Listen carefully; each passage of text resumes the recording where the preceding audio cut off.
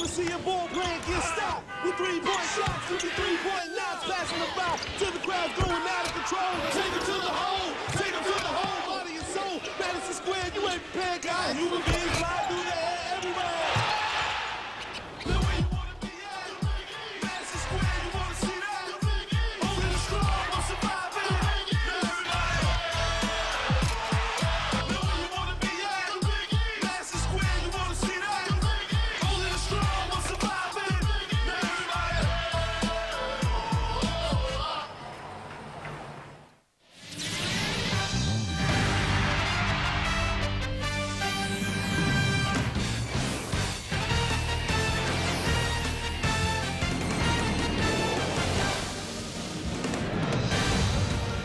Night 7 of Championship Week gets underway with the AT&T Big East semifinals. Our first semifinal, Seton Hall wearing Cinderella's slipper, taking on number 9 Boston College. The winner here will meet the winner of our next game, Pittsburgh and Syracuse, in the championship game tomorrow night. We welcome you back to the Garden with Len Elmore and Dave Ryan, Mike Tirico. Well, we said that the Big East was going to be unpredictable in the postseason tournament. The coaches always say that, but this year they really meant it. And boy, has it been true. 6 of the first 8 games have been won by the lower seed. Let's take the first game now, Seton Hall, BC. We expected Seton Hall to be in the semifinals preseason, but not from the 6th spot in their division. We didn't expect Boston College, but the division champs are the lone team that got a bye still around in New York, Lenny. Well, the common denominators for both teams is young and hungry. And when you looked at Boston College coming off the bye yesterday, they were as sharp as they wanted to be. Very smart on the defensive end and certainly diverse on the offensive end. They've come in here with a great deal of momentum. When you talk about Seton Hall, it's a veritable love fest. They've put their differences behind them. They've come in here, learned how to play with each other, and they've got an awful lot of confidence going into this game. And very simple, they're 2 wins away from the NCAA tournament. We're going to see one of the best players in the nation, the freshman of the year in the conference, perhaps nationally. Shot block leader Eddie Griffin for Seton Hall. Troy Bell, co-player of the year for Boston College. Eagles and Pirates, we start next.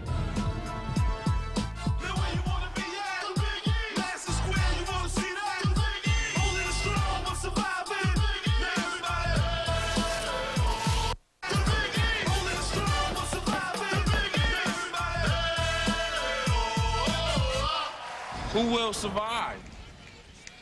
Seton Hall, BC is the survival duo for game 1. We're joined again at the Garden by Dave Ryan. All right, Michael, thanks so much. It has been really a roller coaster ride of a year so far for Seton Hall. First, the lofty preseason expectations, the high ranking, and the 10-2 start. It all came crashing down for the Pirates after that January 8th much-publicized incident in the Pirate locker room involving Ty Shine and Eddie Griffin. The result, the team was broken apart emotionally, really completely. A 1-game suspension as well for Eddie Griffin. The team then lost 10 of its last 14 games, but they came back with a vengeance here in the last 2 games in Madison Square Garden, and the bond reunited between the two. And guys, I talked with Ty Shine before the game. He said after a couple days, the whole incident completely forgotten. We kind of forget Tommy Amaker's got a young group, and the youth may help in this situation as things have gone on. Tommy's team meeting right after the Villanova loss last Wednesday helped galvanize the group. Here is the AT&T starting lineup for the Pirates. It's Griffin, the conference rookie of the year. Samuel Dallenberg, big shot blocker. Reggie Garrett gets another start, the senior from New Jersey, with Andre Barrett, the freshman point guard, and Darius Lane, the junior shooter out of Minnesota. Boston College and Al Skinner. What a turnaround from worst to first in the league. They go for 25 wins, trying to equal a school record here tonight, and they'll do it with the starting lineup that started every game of the first 28. Kenny Walls up front, Yuka Agbai, who may see a little size disadvantage tonight. Xavier Singletary, the other forward. Troy Bell, the co-player of the year. And Kenny Harley, the senior from the Bronx in All Hallows High School. Lenny's keys to semifinal number 1 in the Garden. Certainly when we talk about Seton Hall, they've got to answer the bell. They've got to make Troy Bell work on defense and on offense. Got to find him early and kind of rotate a bunch of guys on him to wear him down. Boston College fly like eagles, making a 94-foot game on both ends. Step up the mental and physical pressure on a young Seton Hall team that's playing its 3rd game in 3 days. A lot of Seton Hall fans try to grab up some tickets. I don't think they expected the Pirates to make a 2-game run. Troy Bell and company were very convincing in their 83-79 win over Villanova. in the first quarter final yesterday. Eddie Griffin and company trying to run the table. Connecticut last year was a team playing 4 games, including the championship game. First time it ever happened in the conference tournament. They're trying to be number 2. Whoever wins the next game, Syracuse or Pitt, will definitely have that on their resume. Reggie Greenwood is our lead official with John Cal and Michael Kitts. And Boston College has it in the hands of Troy Bell, who's not only the point guard, but is the scoring guard as well. He defines that last decade-old term of lead guard. This is Walls. He'll shoot 3 quickly. And the rebound taken by Darius Lane. Andre Barrett at 5'8", kid out of the Bronx, Rice High School. So a lot of New York bloodlines in this game again. His triple rims out. Good crash to the glass by Reggie Garrett. Reggie Garrett, a senior, one of the invisible guys for a long time for Seton Hall, has come on in the last couple of weeks and really given them a lift. Maybe not statistically, but certainly with his experience. The only 4-year senior on Amaker's team, Xavier Singletary, a senior out of Washington, D.C. Walls who put up the 3 early. Nice feed to Uka Agbai inside, and Griffin's size comes up to get the board. Tremendous interior defense by Seton Hall. Eddie Griffin, Samuel D'Alembert, 2 of the best shot blockers in the country. Layups will not come easy for Boston College tonight. Seton Hall was very effective in Griffin passing to D'Alembert in the first game against St. John's, and here it draws a foul. Boston College has a knack for working the ball, getting good shots. But on the other side, Seton Hall recognizing again, they've got to go inside. They've got a tremendous size advantage, particularly with D'Alembert. Agbai is 6'8". Normally he's in situations where he's undersized and has to outwork the taller player. But 2 of them for Seton Hall could pose problems on this end. Griffin baseline, watched by Walls. And it's an offensive foul on Griffin. Well, Eddie Griffin at 6'9" is not your typical power forward in that he doesn't play with his back to the basket a lot. He likes to face up, handle the ball out on the wing. But when he has guys who are capable of playing people out there, he's going to have some difficulty. Agbai brings D'Alembert away from the basket and shoots to the outside. That's a nice touch. Griffin the rebound. Agbai, a 53% shooter from the field, but that's right about the edge of his range. Is off of Bell's foot. Stays with Barrett and the Pirates. We see Andre Barrett again looking to try to make Troy Bell work. If Bell's going to guard him, he's going to look for opportunities to penetrate, certainly push the ball and try to wear Troy Bell down just a little bit, maybe shave off some of that offensive efficiency on the other end. Giving away 5 inches to Bell. Darius Lane on the drive, could not convert. And it's back in the hands of Bell, who scored 20 points per game this year. Shared the player of the year with Troy Murphy of Notre Dame. Singletary, the senior, a 3. Talk about tough matchups. Xavier Singletary, really a shooting guard, but he's playing small forward. And again, he presents a matchup problem with his ball handling capability. Boston College, first lead of the night. Slow offensive start to this one. A lot of half-court stuff. Seton Hall can get up and down. Remember, they're playing their 3rd game in 3 nights as well. Although they had a longer rest playing the afternoon game yesterday. Barrett with 2 to shoot. Garrett. Oh, Reggie. He hadn't gotten much time throughout this year, but this is potentially his last game. He's going to make something happen. So Reggie's first 4 points of the first 3 games. Bell a 3. He sees outside shots not falling, except for the Singletary one earlier. This time it's Harley. Lane on the push. Here comes Darius. Right at Bell. Good move to the goal. Well, we talked about exerting pressure. Right now it's Seton Hall that continues to put pressure on the Boston College defense. After makes, after a rebound, they're going to push the ball up, try to get the defense on their heels, as Darius Lane did then. On the take, Singletary denied inside. Barrett tried to push, lost it. It's Speedy Bell. Contact with Lane, and it's going to make a three-point play opportunity. Well, when you look at Troy Bell, you take a look at his body makeup. He was a little skinny kid last year. Got in the weight room, gained a few pounds, some muscle, and he's able to take those types of bumps and still finish, whereas last year he couldn't. Right there, once again, he initiates the contact essentially. But with that upper body strength, able to finish, and that's one of the things that's made him such a good player at this particular time in his sophomore year. He completes the three-point play, tying the game at 6. Here's the full court pressure after man-to-man defense. Barrett, dribble break. Lane is a good three-point shooter when he's hot. His decision-making has been much better of late. Griffin from behind the arc.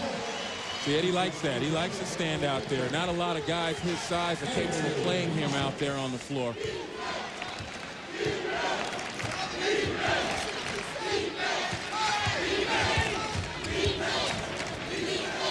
Agbai goes at D'Alembert, and the shot is altered by the height.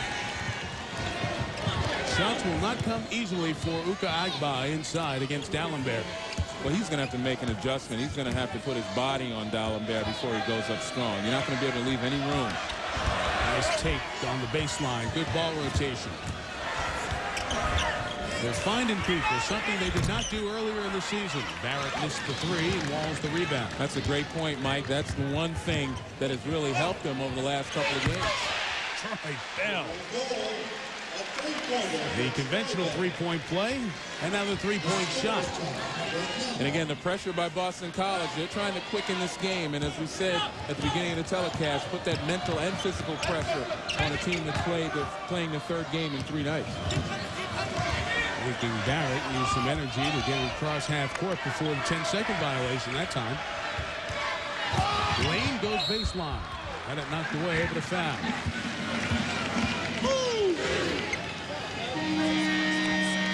It's on Walls. It'll be Seton Hall ball after this timeout. Good start for both teams. Good start for Reggie Garrett. He's already equaled his season high in the first 5 minutes of this game. He has 4. The Pirates sharing the ball, scoring early. Tommy Amaker's team 2 wins away from the NCAA. Off we go. Doubleheader here tonight. Seton Hall and Boston College first, all even at 9 in our first of 2 semifinals. Troy Bell has 6 early. The Griffins knocked down a 3, and Griffin and D'Alembert have made their size a presence defensively in the back of the minds of the Eagles.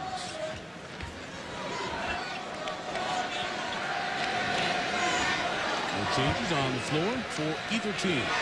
Here's Garrett, who's come out with a quick 4.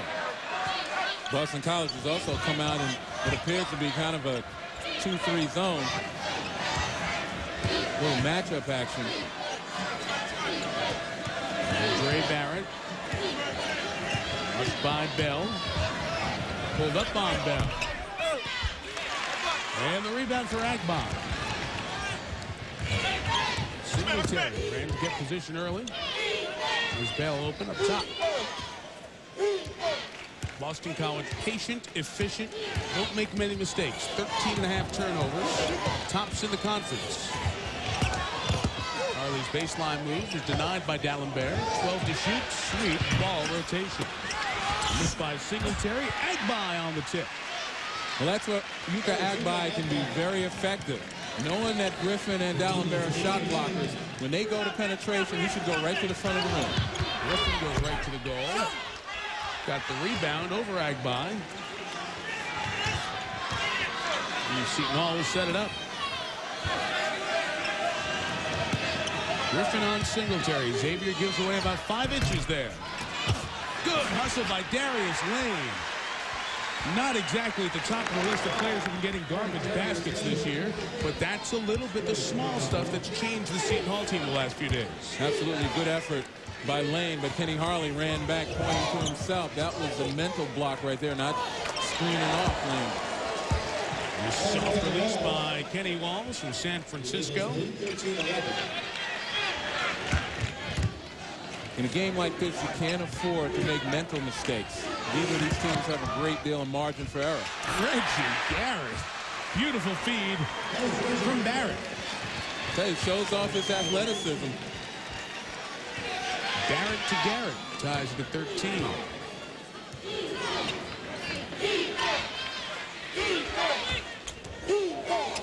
Singletary. Again, this is exactly what BC's all about. Boston College has done nothing spectacular. Seton Hall has made the spectacular plays. And look at the scoreboard. BC's on top by 2. Well, BC is quietly efficient, but Seton Hall has the tendency right now. You take a look at Barrett, a nice little look off. Look at him looking over here. Pass goes over here. Got everybody fooled. Ty Shine comes on in the game for the first time. For the Pirates, Ryan Sidney and John Bierbaum come in for Boston College as we get our first subs 8 minutes into the game. And the other sub for Seton Hall is the sophomore Greg Morton, number 50. Griffin over Singletary, rebound for Bierbaum. And that's something Eddie Griffin's going to have to work on. Twice now, down in the post. Instead of making a move, taking to the basket, he just takes a turnaround jump shot because he's really not comfortable down there. Bell rimmed out a 3, and the rebound for the Hawks. Can you imagine what type of weapon he would be if he had both post moves as well as the perimeter game that he already possesses? He picked it right back out, got it back outside the arc. Bierbaum is on the defensive assignment with Agbai on the bench. Still, the zone is forcing Seton Hall out a lot further than they'd like to be. Wayne gave up the 3, found Shine for 3. Rebound, Ryan Sidney. Nice find for Harley, and Bierbaum underneath. Challenged Griffin, but traveled first. Knew he had the size disadvantage in the nation's leading shot blocker. Boston College has turned it over for the first time. 9 minutes in. There's a lot of people, a lot of coaches. I mean, a lot of people that evaluated talent in my state. But, I mean, winning this award just makes the whole experience that much sweeter. Troy Bell, who was the Big East Rookie of the Year in 2000, shared the Player of the Year honors with Troy Murphy. And with 14 coaches in the league, and you can't vote for your own player, the maximum votes you can get for Player of the Year is 13. So it's easy to understand with a small number of people voting how you could end up with a tie and co-players of the year. Well, for me, more importantly, Troy Bell was unwanted, but these are the lessons of life as taught by sports. Success is the best revenge. Well said. Well said.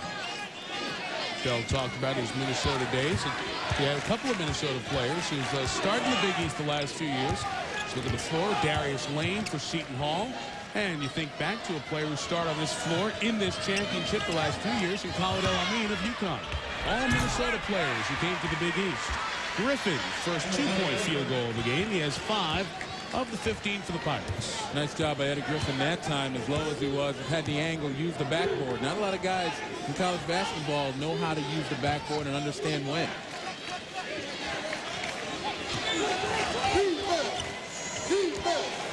Boston College, second in the conference in scoring at 80 points per game.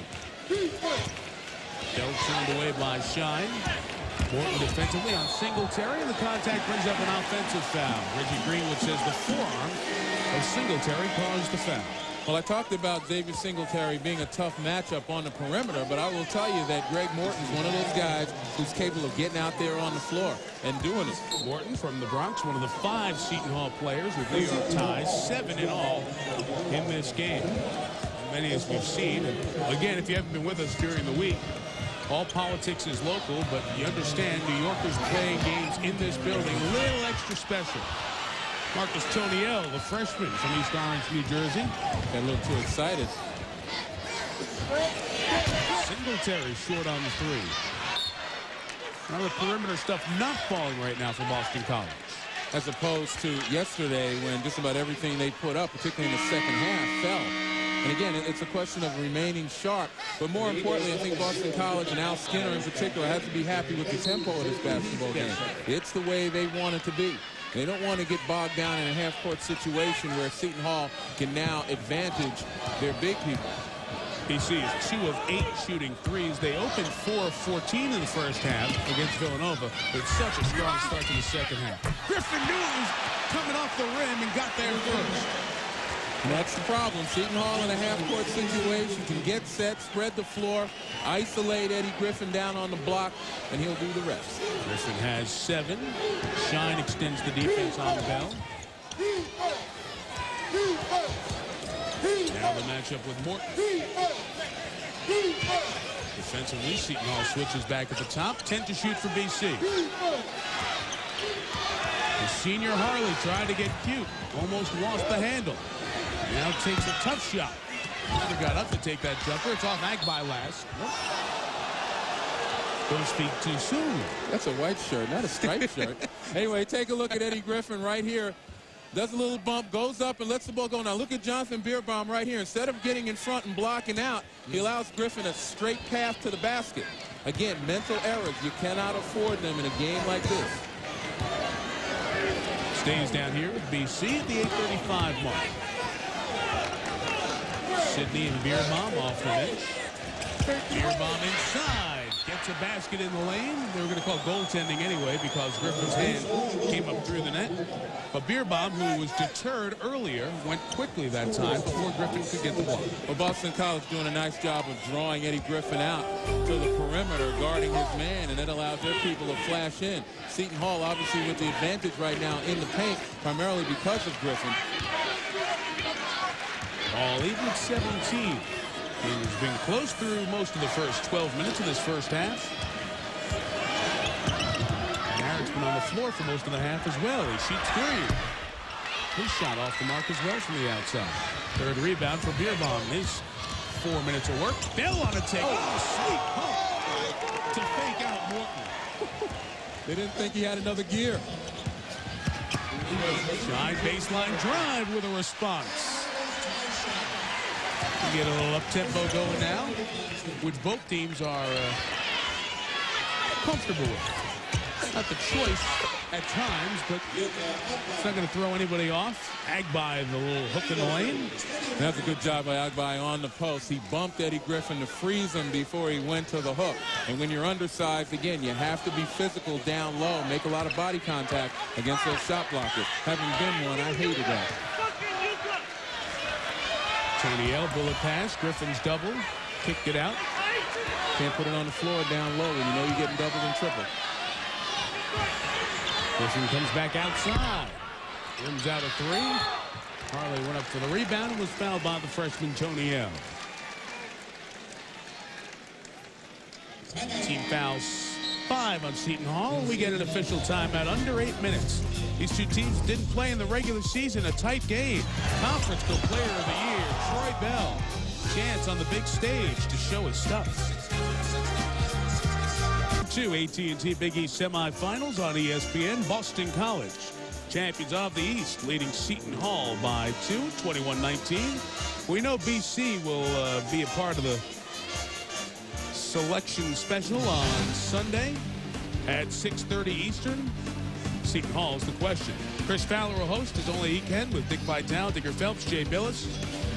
I'll be in Indianapolis to interview committee chair Mike Tranghese about the selections. 90 minutes with you at 6:30 Eastern, the field of 65. Ryan Sidney helps break the increased pressure by Seton Hall. And the freshman gets it sent back by Dallenberg. Agbai couldn't flush the weak side rebound, and back comes the Hall. Well, just when you thought Ryan Sidney was going to get it back outside and trigger the offense, he had other thoughts.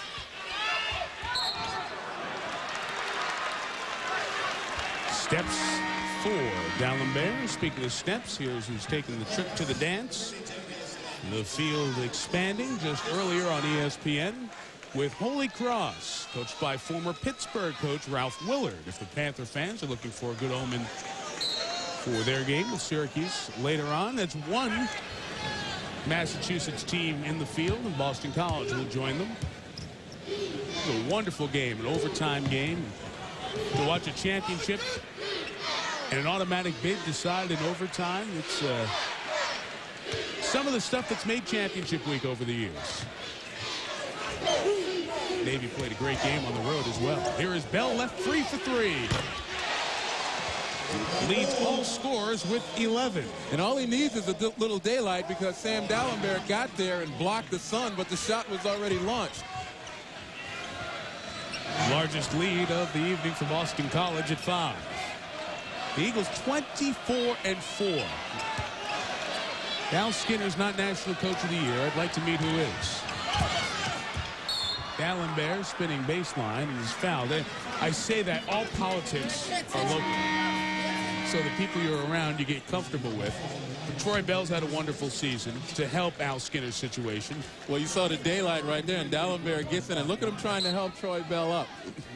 Now, you can say something like, sorry, man, I didn't mean to hit you, but you don't give a sign that, hey, I'm that nice a guy.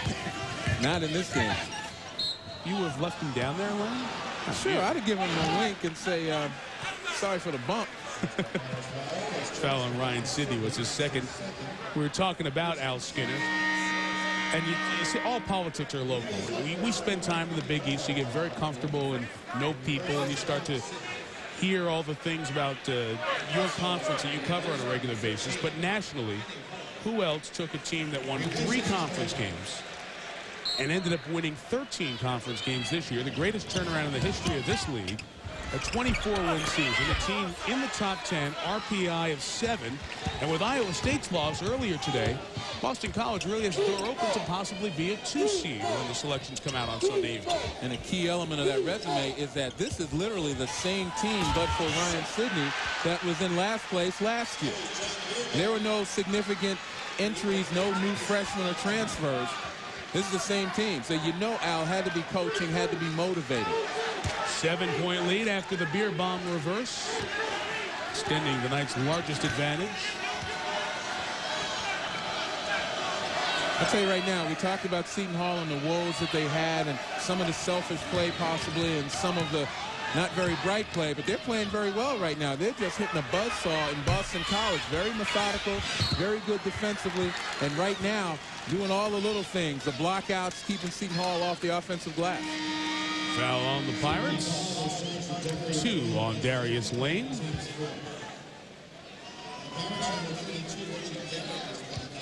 Seton Hall trying to dust off past Big East tournament success and make it to the championship game for the 3rd time. Boston College, same situation.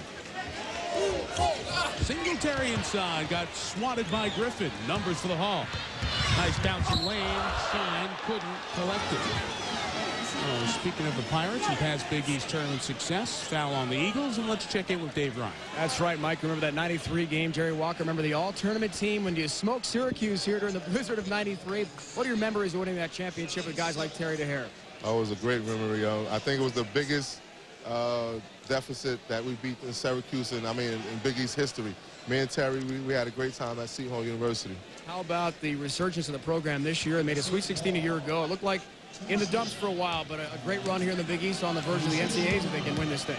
Yeah, you know, they're young kids. The best thing about being freshmen, you can become a sophomore. So, they gained a lot of experience this year, and they had a lot of expectations coming into this game. But, I think they responded to it well when it counted, postseason. Jerry Walker, great to see you. Thank you. Mike, now CEO of a nonprofit organization in Jersey City. Thank you, Dave. Good to find out. Successful post-basketball career in the Garden State. John Beerbaum on the take. Griffin sent that one back. Still 12 to shoot for Kenny Harley and the Eagles. Boston College quicker to the loose balls than Seton Hall right now. That may be a sign of fatigue. Beerbaum couldn't follow with the flush. Fan favorite. Barrett faked the 3 and took 2. Barrett, who has scored a dozen points in the first 2 Big East tournament games, gets his first of the night. Bringing the Pirates back to within 5. It's a Seton Hall team that lost 3 of its last 14 before the final game of the regular season against UConn. They beat the Huskies by 2 and have beaten St. John's and Georgetown here this week. Lane a 3. Len Elmore said during a disastrous loss at Villanova, the danger of this team, which is very talented, is one day their shots are going to fall. We've seen a little bit of that this week, and Darius Lane is one of the main reasons why. BC calls timeout, so it becomes a full Phelps. All monitors turn to tournament action. If something significant happens, we'll get it right to you. The guys will have you all updated at halftime. And between games of our Big East semifinals, Bell lost his dribble out here. Gets bailed out by Harley. Barrett's definitely making him work. You see Troy Bell turning his back in the half court. There's the circus shot. The body underneath is the foul. It's on Garrett. You talked about making him work, and Andre Barrett defensively, he's working for the third straight night. Overrated, significant impact?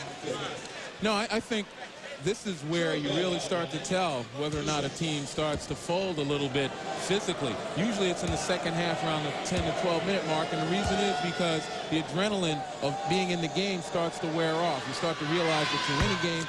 The anxiety starts to kick in because the end of the game is coming near, and obviously you'd like to be on top. So all of the adrenaline is gone. Mentally and physically, you're focused totally on this game. And third game in 3 nights, you don't have an awful lot to call on. I don't care who you are. For now, Andre Barrett summoning it from somewhere because they know they're playing with desperation. If they can get past this one, they'll play for a bid in the big dance tomorrow. Remember your first. Seton Hall taking on Boston College. BC coaches here at the Big East have been breaking down Seton Hall games in detail on the video. They've determined that Andre Barrett handles the ball over 70% of the time he's in the game. BC wants to make Ty Shine, Darius Lane, Eddie Griffin, anyone else have to deal with their relentless pressure as much as possible. The reason, 5.8 to 2.4 assist to turnover ratio. Now, guys, I talked to BC players before the game. They said, hey, we faced St. John's twice. We saw Omar Cook. We handled him. We can take care of Barrett, too. And Dave, it was an adjustment because the teams, as mentioned earlier, did not play in the regular season. So it was a little bit of the unknown coming in. Lane shoots a 3. Well, Darius Lane is one of those guys who's a streak shooter. If he starts to get hot, look for Seton Hall to go to him consistently. Kenny Walls has got to put a hand up, though. The Pirates, worst three-point shooting team in the conference, have hit 4 of 5. But Harley responds, and the senior from the Bronx makes the lead 3 again. You know, here's another difference in Boston College from last year to this year. This year they have answers. They're confident enough to take shots and answer big shots by the other team.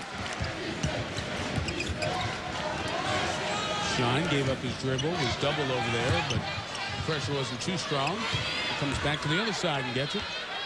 The starter from last year, or a significant contributor from last year, excuse me, played a lot with Shaheen Holloway in the backcourt. 3 Griffin. Air ball.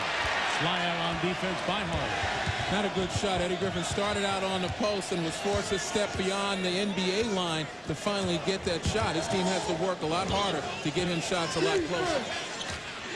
And there's Harley, watched by Sean.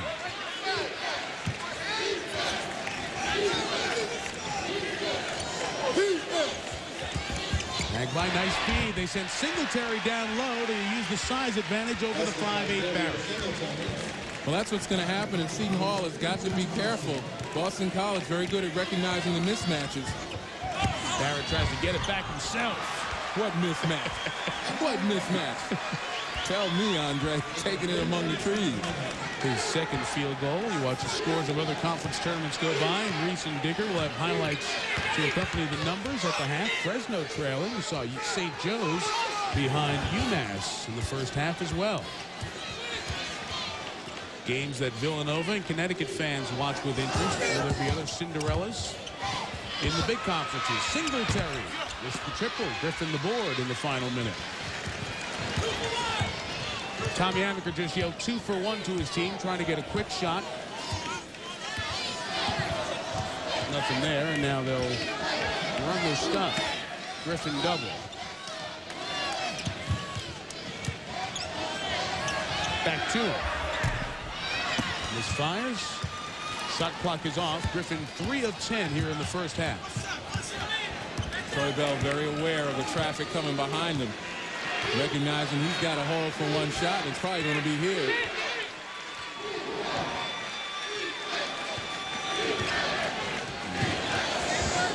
Ready to go here at 5. Lane came over for the help. They fight for it. It came loose. Halftime. Lane was trying to get control and call timeout, but couldn't wrap it up. 7 up. Halftime report is coming up with Reese and Digger. Reporters in the other big leagues. It's semifinal Friday night. Darius Lane has 10. Troy Bell leads all scorers with 13.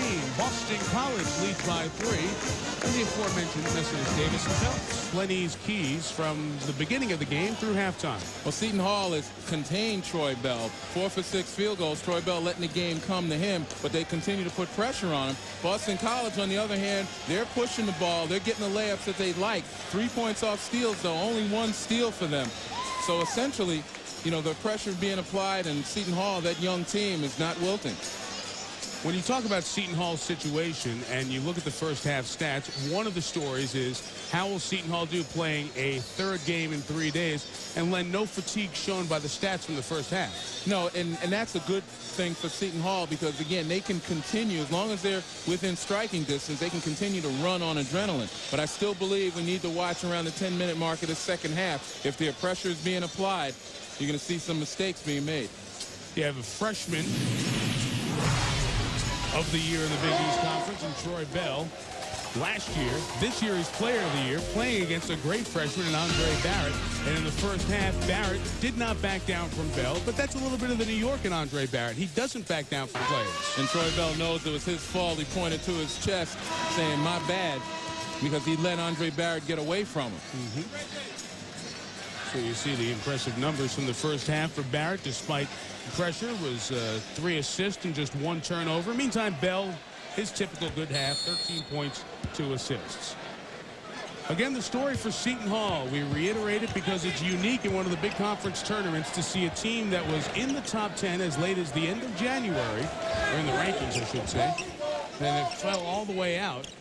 Still have the opportunity to get to the NCAA tournament, but they need to do it by winning the conference championship in the automatic bid. There's no way, even with a 3-game run, that they'll get an at-large berth for the NCAAs. Their RPI is very low because of the stretch where they lost 3 of 4 or 11 of 14 games.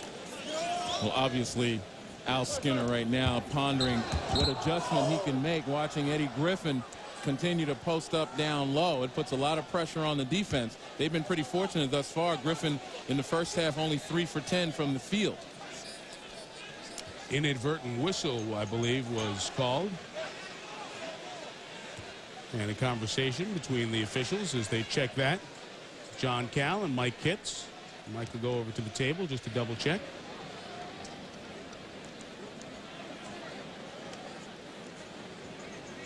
I'm going to add a couple of seconds to the clock. And now it all straightened out. It's Boston College ball. Inadvertent whistle, as Reggie Greenwood reminds us, goes to the possession arrow, so it goes to Boston College. You knew that. I would have said it had Reggie not. I know. Reggie looked at us like it's the first game we've done all year. He wouldn't get that. Bell, first 2 of the second half. It's 34-29. But you know what? I'll take it every time. Keeps us out of trouble. Well, Seton Hall must show at some point during this half, and you don't have to watch in the first 2 possessions. They have to show desperation. It's a poor shot selection 3 by Lane. Barrett gets it back. Finds Dallenberg, who didn't score in the first half, and a foul was called. Well, anytime you can find Samuel Dallenberg at 6'11", and I believe probably about 7'1", down low, it's a good thing. And Andre Barrett, all he wanted to do was just draw the defenders to him. He had no intention of taking that shot, knowing his big man was getting down there in the lane. And that's the thing Barrett brings to the table, consummate distributor. Free throws for Samuel, 6'11", as you said, is his listed height, but the sophomore from Haiti certainly plays longer than that. Well, I'm 6'9", and I've stood next to him, and I can tell you he's growing a beard. He's got a little bit of whiskers under his chin. That's all I can see.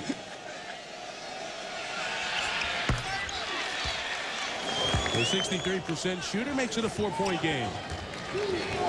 Seton Hall took a grand total of 1 free throw in the first half and missed it. But BC only took 3. Very efficiently played 20 minutes, and efficient in Boston College often spoken in the same sentence. Off the walls miss. Stay down here. Well, interestingly enough, it's Boston College who's walking the ball up now after a make. And again, looking to conserve some energy, I would expect them to try to push the ball. Again, trying to wear the Seton Hall team down mentally and physically. Bell did a great job with the dribble, but didn't do a good job with the pass. And here come the Pirates. Lane faked it and took it. Rimmed out. He's missed 2 threes. Dallenberg and the foul. Dallenberg didn't take a shot or get a rebound in the first half, making his presence felt here. Well, we mentioned it in the first half. Again, the mental errors. Al Skinner's got to start losing patience right now. Here's the shot going up, and Agbai cannot get in front of Dallenberg. Dallenberg with a wingspan of about 7'7". Agbai behind him, and he pays the price. Missed 2 of his 3 free throws in the half. He got the ball back. Got it again. Well, you talked about playing with desperation. That's about as intense a sequence that we've seen from Samuel Dallenberg. He's usually relatively cool. Seton Hall folks try to grab some extra tickets. Singletary a quick 3. And the Pirate fans that are in the building making some noise. Lane on the push. On the way. Dallenberg almost had it for the flush, but he couldn't squeeze it. 3-on-2 the other way. Beautiful bounce to Singletary, and Reggie Garrett picks up the foul. And that's what Boston College has to do. They've got to continue to attack in transition. And even after a make, they've got to push the ball up. We have our second game coming up here on ESPN, but we continue on ESPN2 with the Big Ten quarterfinal. Iowa, important game for them, taking on Ohio State, and the EAS Mountain West semifinals with New Mexico against Utah. If you saw late last night with Bob Carpenter and Jimmy Dykes, New Mexico won its opening round game against Colorado State. Utah had a bye because of UNLV's postseason probation. The game will come up at midnight. Talk about the New York connection. Fran Fraschilla down in New Mexico doing a great job, I think, considering, again, he's had a program that he's had to build kind of from the ground up. We don't hear much about it here on the East Coast, but hats off. Fran, the former St. John's coach, before Mike Jarvis took over 3 seasons ago. His second season at New Mexico. Eagles back on top by 2. Andre Barrett, the freshman point guard. Reggie Garrett, who had a season high with 6 points in the first half. Dallenberg looking for the offense, but that was a tough shot. Agbai, good job defensively. Bell on the push. Rattles home the pull-up jumper. Eagle basketball. Agbai with a nice job of forcing Dallenberg further out from the hoop than he'd like to be, and of course clearing the boards and kicking it. Bell is 6 of 8 from the field. Barrett tried to get it to Lane, but it's out of bounds off Boston College.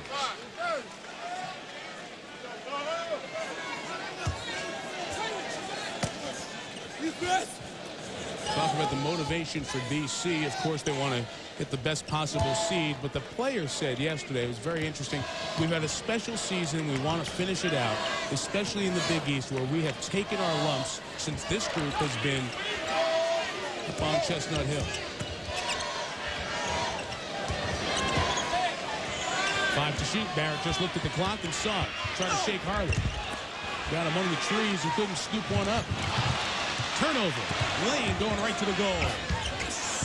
Griffin rebound. Eddie Griffin now has 9. Pirates within 2.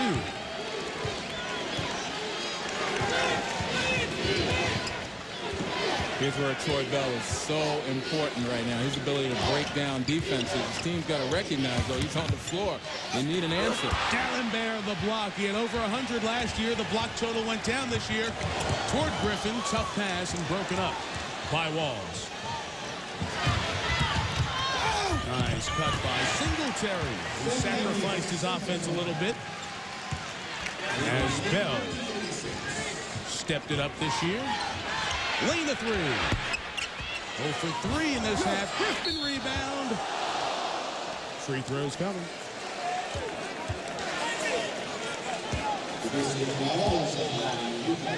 Agbai picking up his 3rd. He's the first player in the game with 3 fouls.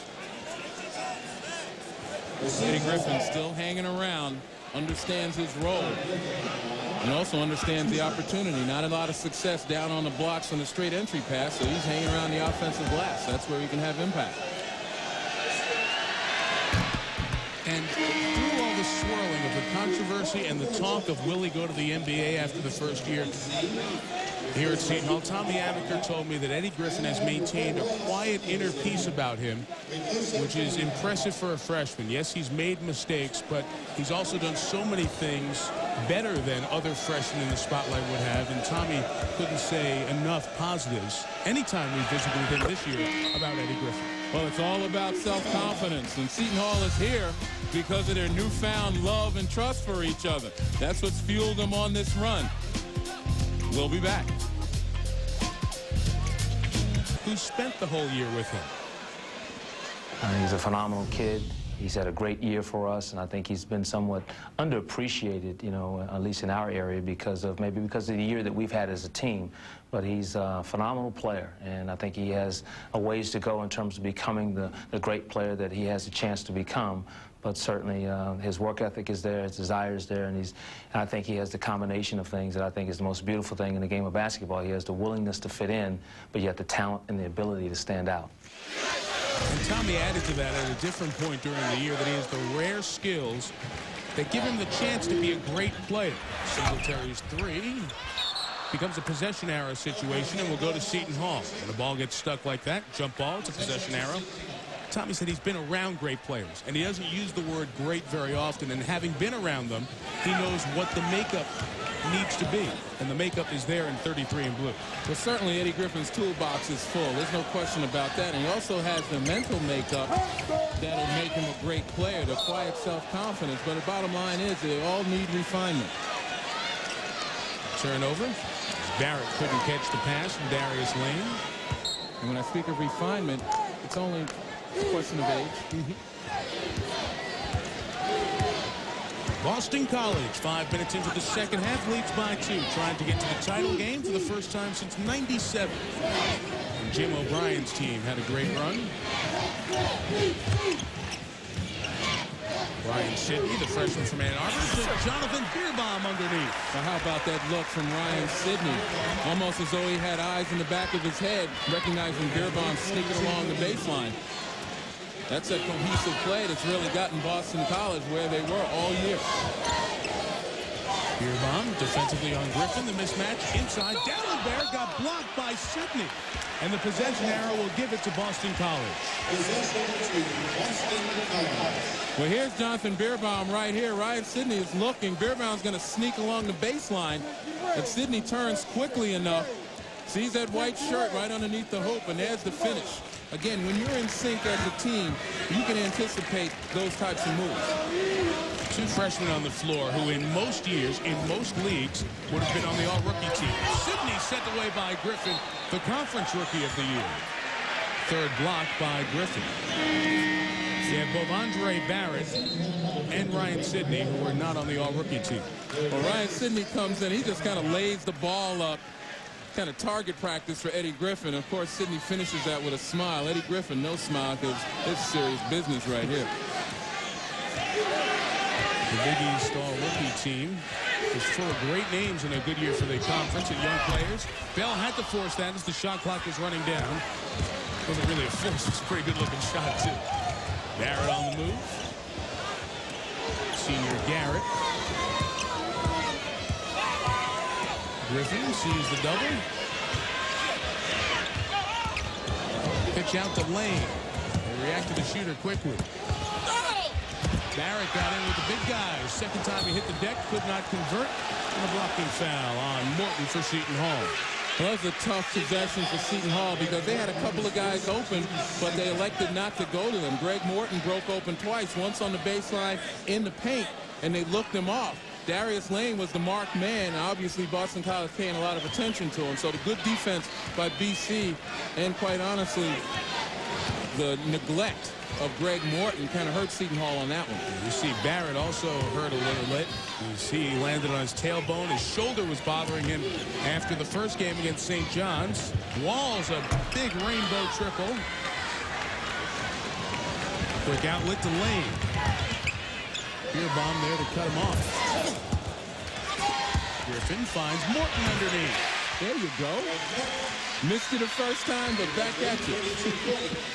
First hoop for the sophomore, St. Raymond's High School. Morton out of the Bronx.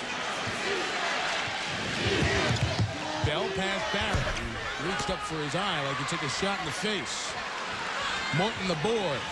Pirates can tie it on this trip. And Tommy Amaker's going to take a 30-second timeout. He sees his point guard took a little bang in the face. Get Ty Shine in for Barrett, who might be the player closest to running out of gas for the Seton Hall team at the time Len pointed out, the 12:33 mark. Well, Barrett handles the ball so often, as Dave Ryan had mentioned before, because of the pressure of Troy Bell, not only on the defensive end, but offensively as well. 13 points in the first half.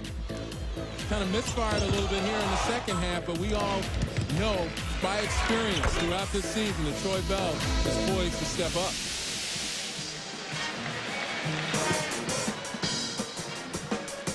Pittsburgh and Syracuse will follow in semifinal number 2 here in New York. The winner advancing to play the winner here, and there is Barrett off to the bench for a few minutes. Took a shot in the face and bloodied his nose. Going to work on that. Plus fell on the tailbone, shoulder still bothering him. Third game in as many nights. A lot of hard minutes watching Bell, the very talented, taller guard. But nice when you can rely on Ty Shine, who played significant minutes last year and this for Seton Hall. Boston College in still a matchup zone. Sidney had a hand on Shine. The release was short. The taller Pirates keep it alive. New shot clock. And it's Greg Morton again that just did a little dirty work. And made the nice move inside. Couldn't finish, but got fouled. Darius Lane had the ball with a fresh shot clock, and Eddie Griffin was in the corner waving him out to come back and set half court, but Lane made the aggressive drive, and Morton's going to shoot free throws. And it's good to see, because we've talked about Darius Lane in the past. There have been times when he hasn't recognized his real value on the floor. Excellent offensive player, a marked man. He can make a lot of guys better just by making progress to the basket and forcing the defense to recognize him. One more coming for Morton, a sophomore. This building means a lot to his family. His dad, Greg Stewart, was the MVP in the NIT for Tulsa back in 1982.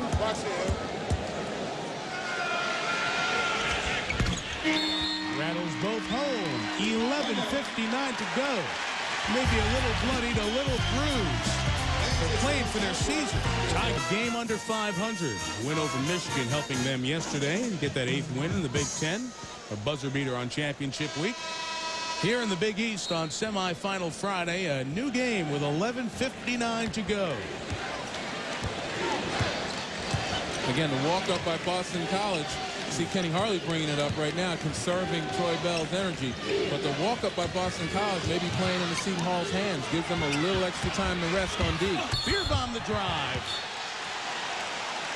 Jonathan Beerbaum, and you count it with the foul on Morton. Now, if you had seen Jonathan Beerbaum last year, you wouldn't understand this explanation of him bringing energy and athleticism to this team. But once again, a nice job. Went to the basket aggressively. Really didn't care whether the defender was there or not, which is the way you have to handle it when a guy's getting ready to take a charge. Beerbaum, a senior who arrived in Newton, Massachusetts, as a raw guy from Nebraska. Certainly not as strong as he is now. From a town of 4,500 in Fairbury, Nebraska. But has made himself into a significant contributor on this division championship team. Griffin turnaround. Sidney, the freshman, was there with Beerbaum to keep it alive, and the foul is called on Seton Hall. Well, this is a back-and-forth game, kind of like a prize fight, which is appropriate here in Madison Square Garden. There's going to be a lot of knockdowns. There's one right there. There's another. Tried to circle it too quick, but they got right back up, continue to go. There is no 3 knockdown rule in this game. Not in this league. It's only in Nevada. Singletary is blocked by Morton, but the foul is on the ground on Marcus Toniel. The freshman has 3. That's the most of any player on Seton Hall. He's going to check out, and Andre Barrett's going to come back in after this first free throw.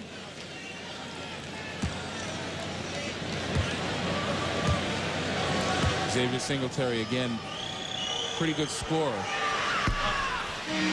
He's the kind of guy that absolutely has to be in a support mode for Troy Bell. And a quiet 11 points. You really couldn't tell out here on the floor, but he's getting them in opportunities when Troy Bell is being hounded. And I mentioned that he deferred his shot to Bell a little bit more this year. 53 fewer shots. Usually when you have a senior who takes 335 shots in the prior year, that number's going to go up on a team that struggled because he's a senior and going to carry you offensively. Well, it just reflects the big respect Troy Bell has generated from his play of last year going into this year. And the respect of Al Skinner, the coach, for setting up a system where a senior can give up a few shots and understand that his role in his team is still vital. The ring on the finger means more than the stat sheet. Ty Shine missed the three. It's out off Seton Hall. There's that Morton guy again. There's Damone Brown. Billy Seelick of Syracuse as they await. Watching a little bit here and then playing Pittsburgh in our second semifinal. I think they're listening to the same thing. I think they're listening to you, Len. Bell on the drive. 5-point Boston College lead. They've scored the last 5. Lane quick, 3. Morton bailed him out. And he'll get some free throws. Well, when Greg Morton took the floor, it seemed as though Boston College said, okay, we're going to play 5-on-4, and that's the guy that they were going to leave. But certainly he's drawing their attention more and more. Just getting his hands on loose balls, hitting the glass. This is one of those guys we call the glue guys, a hustler, a rebounder, a guy who moves the ball well, does all the dirty work. Every successful team needs a guy like this. This is the first free throw. Darius Lane comes to the bench after that quick shot, but in between there, Tommy Amaker brought Lane over. He knew that that was not the shot. Darius is just trying to shoot his team and keep him back in it before a run starts, like Digger talked about. He's a streak shooter, feeling at the end of the first half. Nothing going here in the second half. And that was a force, and Tommy brought him over for a few words before he sat down because he knows he's going to need Lane back in the game. And Darius Lane will get some perspective on the bench because he has to develop a feel for where to take over. Sidney's blocked by Griffin. Agbai is blocked by Griffin, and Beerbaum comes away with it. He can't finish, but Sidney finally gets the 4th try.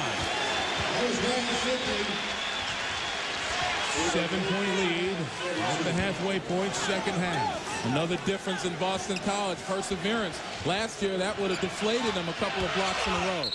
Ty Shine, offensive foul. Seton Hall needs to be very careful. Answering the challenge. It's Sidney.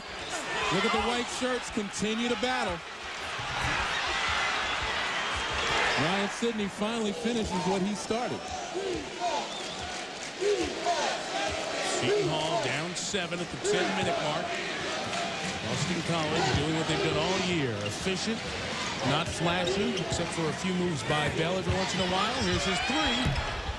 Beerbaum got a hand on the rebound. It's out of bounds. Seton Hall trying to find their way into the field of 65. They need to win here tonight and get to the title game tomorrow night.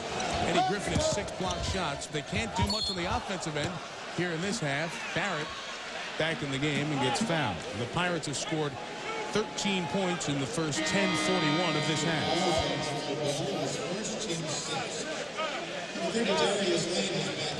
Darius Lane comes right back in for Greg Morton, who missed those 2 free throws earlier. Well, Andre Barrett is making Troy Bell work now on the defensive end, looking to penetrate, and that's great awareness by Beerbaum on that lob. Bell to bounce, Sidney to finish. Timeout, Seton Hall. Boston College has scored the last 9.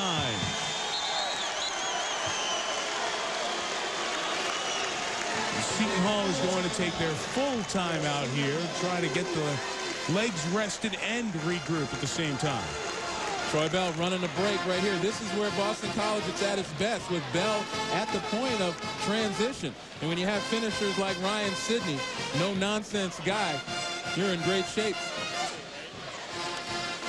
Eagles lead by 9. We have a second to remind you tomorrow morning, Tony Gonzalez, the outstanding Pro Bowl tight end, From the Kansas City Chiefs is the featured athlete on The Life, presented by Sprite. The look inside the life of your favorite athletes.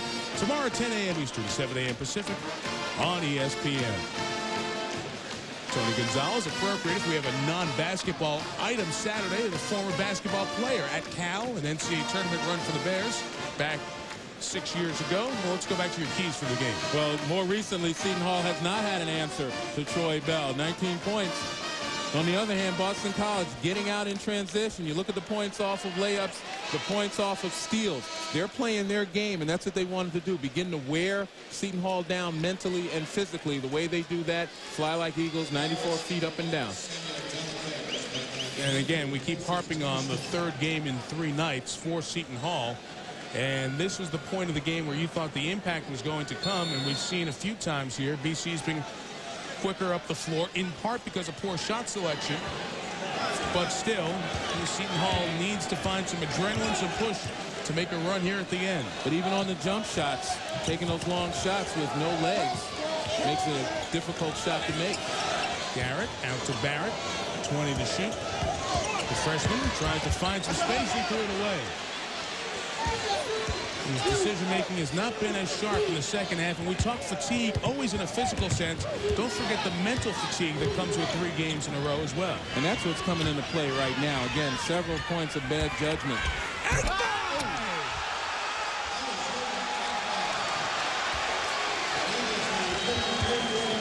My. Agbai. 11. Dallenberg inside. Off him last. And here's where Boston College is making its stand, starting to assert themselves. Seton Hall doesn't have the energy to reach down and answer. And you look at Agbai, a nice little pump fake. Everybody's slow to the penetration.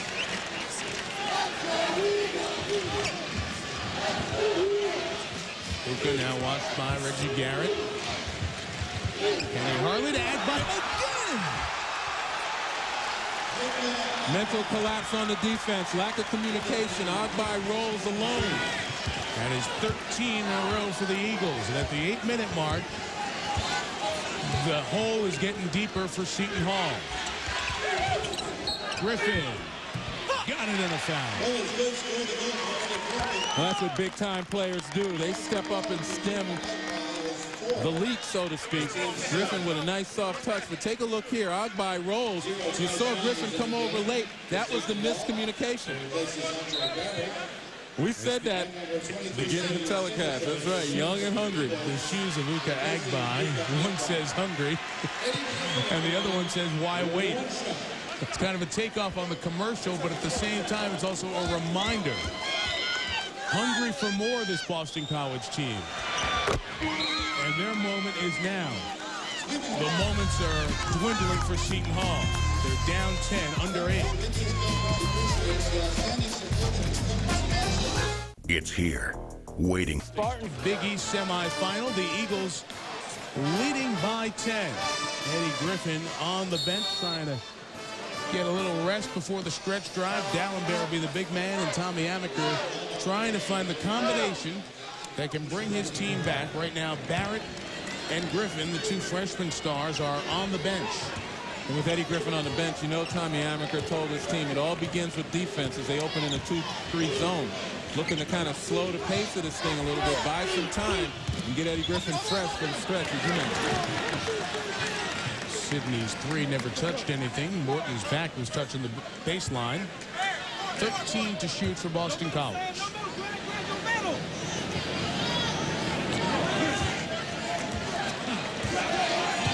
Bell, who has been on the floor for most of the game. Sidney knows there's 3 to shoot, and he's not bashful. NBA 3. And a serious dagger. Well, we've been talking about it both on and off the air. Ryan Sidney a little different. He's confident on the borderline of being brash. But you kind of like that if you're Al Skinner. 9.5 points, 4.5 boards this year for the freshman.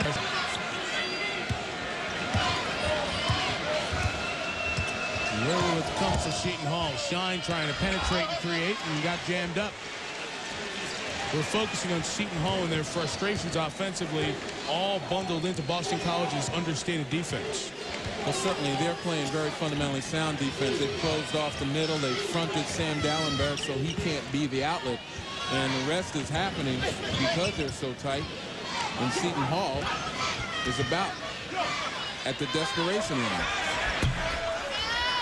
Dallenberg pulls down the rebound to the Singletary miss. Remember, first half, Seton Hall would get that and go. No hop in their step right now. They need confidence somewhere in these 6 minutes. Well, see, Ty Shine, this is where he's got to come and demand the ball a little bit.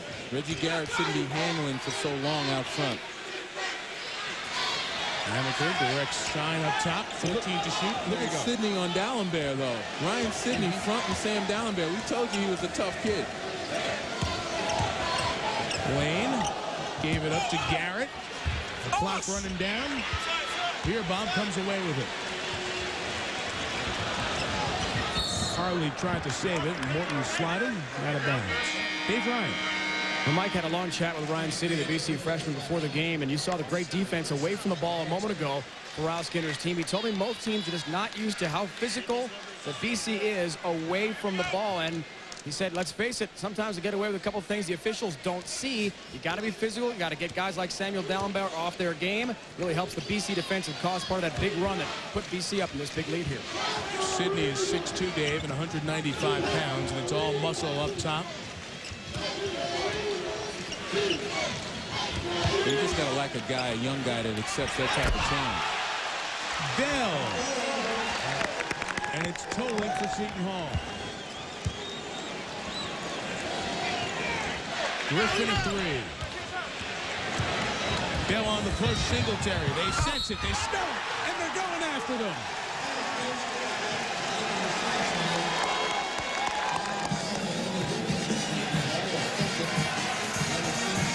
It was 42-42, and BC has scored 21 of the last 24. Well, absolutely, again, Boston College very opportunistic. It began with their defense. And once they get a chance to get out in transition, you better get back. This is very similar to the Villanova game. The first half, the Wildcats were close, but very slowly, BC shut down Villanova in the quarterfinal yesterday on Villanova's offensive end. And you look up, and now there's a huge run in Boston College's favor.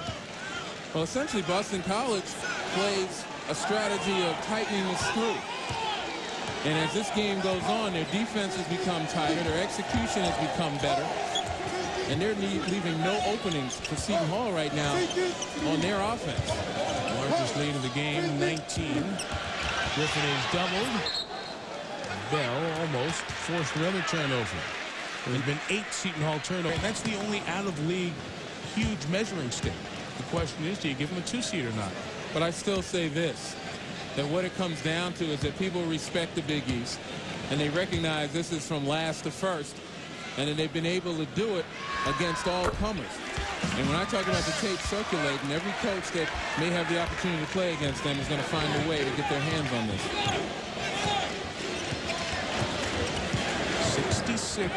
66-45. Lane. So that's what I mean. When things get tough, they have a tendency to take it upon themselves. It's not for a lack of effort.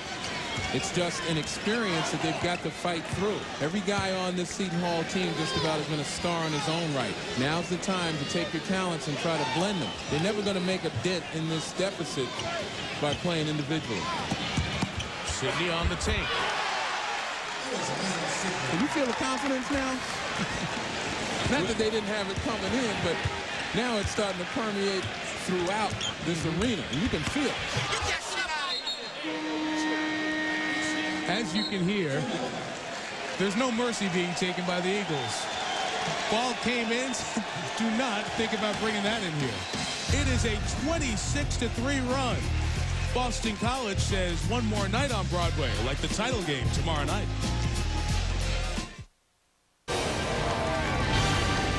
ESPN's presentation of the AT&T Big East Tournament is presented by AT&T.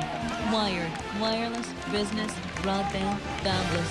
And in part by 7-Up and your local 7-Up bottler. Make 7-Up yours. and in part by BMW. Find yours at bmwusa.com. Al Skinner and the Eagles may be one step closer to a Big East title. He has championships in his background, including with the ABA Nets 25 years ago. Well, they just know that I played. I mean, but they don't really know what my game was. So, you know, and I play a little bit now, but it's nowhere like I used to. So unfortunately, just got to rely on stories these days and hope that they believe it. But you know, as we get older, those stories get bigger and better. So, you know, I'm not sure if they believe anything I say today.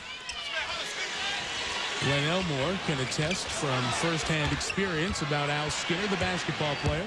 Well, having played against Al in the ABA when he was with the Nets and I was with the Indiana Pacers, as a center, it was tough to see a 6'4", 6'5" point guard bearing down on you down the lane, all elbows and knees, trying not to take the charge on him. But isn't it interesting, though, he won't let guys like me tell his players what he was all about as a player, you know? He wants those stories to continue to grow. Sidney took it right at Griffin. And he may not have made the Big East All-Rookie team, but Ryan Sidney has made a great impression here. As you see, just 4.5 minutes ago, the Eagles scored on Griffin's three-point play. And that has been it, 28 Boston College points. Well, Sidney has been an infusion of energy and toughness for Boston College, just to the point where they reached the crossroads. Seton Hall was about to at least tie. Enter Sidney to help things change. After 8 misses in the second half, Darius Lane knocks down a three. And it's 70-48 Boston College. And Mike, let me say this about Seton Hall. I think the outcome of this game is no longer in doubt. I believe that their ability to take this game again as another learning point, take it into the NIT, and maybe go and possibly win an NIT championship would be a great launching point for a very talented team. It'll allow them to look back in perspective, look at their growth, look at some of the dips, and put it together for a run next year.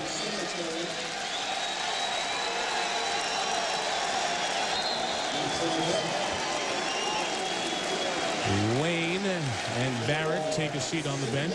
Their Big East tournament done. Here at the 139 mark. Nice hand for Bell as he departs for Boston College as well. 24 points, 5 rebounds, 5 assists. The Seton Hall players knew that they had an opportunity here tonight, but they ran into a better team. That's right. Let's throw the expectations, the preseason expectations out. Seton Hall, they are what they are.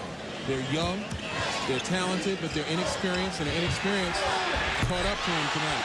Brian Ross from North Quincy, Mass., who was a starter, relegated to the bench this year, knocks down a three. He hit 13 of 22 threes, and despite what you would think from a 6'8", 240 guy, he has a good shot.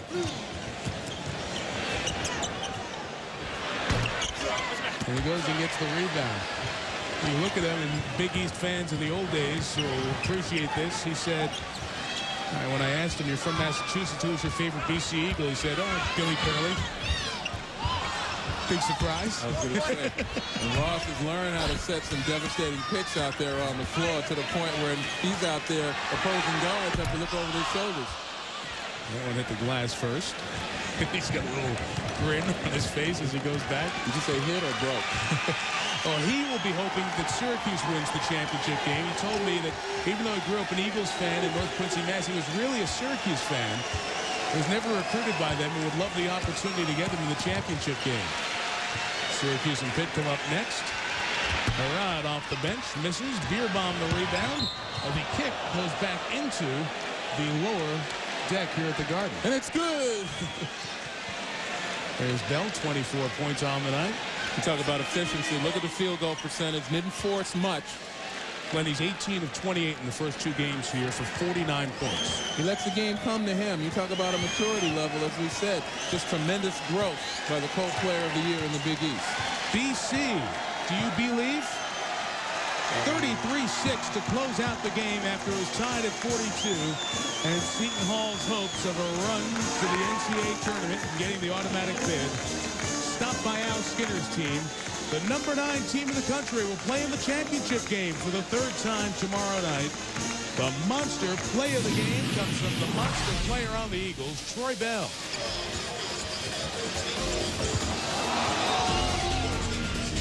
Bell very efficient again tonight with 24. So the top seed in the East, Boston College, has stopped the surprise trend. Will Pittsburgh take a Cinderella slipper to the title game? They play Syracuse on ESPN coming up in about 25 minutes. The 5 and 3 out of the West. After the 6 in the West, Seton Hall was knocked out. Here's Dave Ryan with the star of the game. Troy Bell. All right, that he is Troy Bell, the co-MVP in the Big East Conference this year. It's a close game all of a sudden. The second half, he made a huge run. What was the key to that, Troy? I don't know. We were just excited out there. I mean, we were playing on emotion. I mean, a lot of people say we couldn't be here, and we're just happy to be in this position. You hadn't met Seton Hall all year. You knew they'd be tough with Samuel Dallenberg and Eddie Griffin inside and the way Barrett handles the ball outside. Why'd you have such an easy time with them in the second half? They have good shot blockers, but they don't slide on defense, and we knew that. We watched them play all year. I mean, they're a good team, and they're going to be a lot better next year, but this year we're the better team. Troy, who's going to survive this tournament this year? I don't know. Hopefully we will. Thanks a lot. Best of luck to you. All right, thank you. Mike? Thank you, David. Troy Bell is backing up his Big East Co-Player of the Year award. BC wins by 27. The largest margin of victory for one of the charter members from the Big East tournament in their postseason history in this event. Syracuse-Pittsburgh comes up in about 20 minutes. Reese Davis and Digger Phelps, we will see you then. Mike, we'll look forward to it. And Digger, we talked about it a little bit at halftime. You wondered whether the legs would get to Seton Hall, their 3rd game in 3 days. You don't want to take anything away from Boston College, though. They were brilliant in that 28-3 stretch that blew it wide open. And Reese, what it really comes down to, and people don't realize this, their defense is solid. I mean, Seton Hall was shooting like 19% in the second half, and that's a credit to BC's defense. So that spurt, that run, came because of what they do to you defensively. They're so explosive, they're so quick, and Troy Bell has just been amazing in how he guides his team. And I'll tell you something, they may not be big and strong, but they're quick and lean, and they know how to get to the glass, and they know how to run the floor. Mike and Lenny talked about it during the game, too. The Eagles might have played themselves into position for a 2-seed. Their RPI is certainly good enough to be a 2-seed in the NCAA tournament. We'll see how things go in the championship.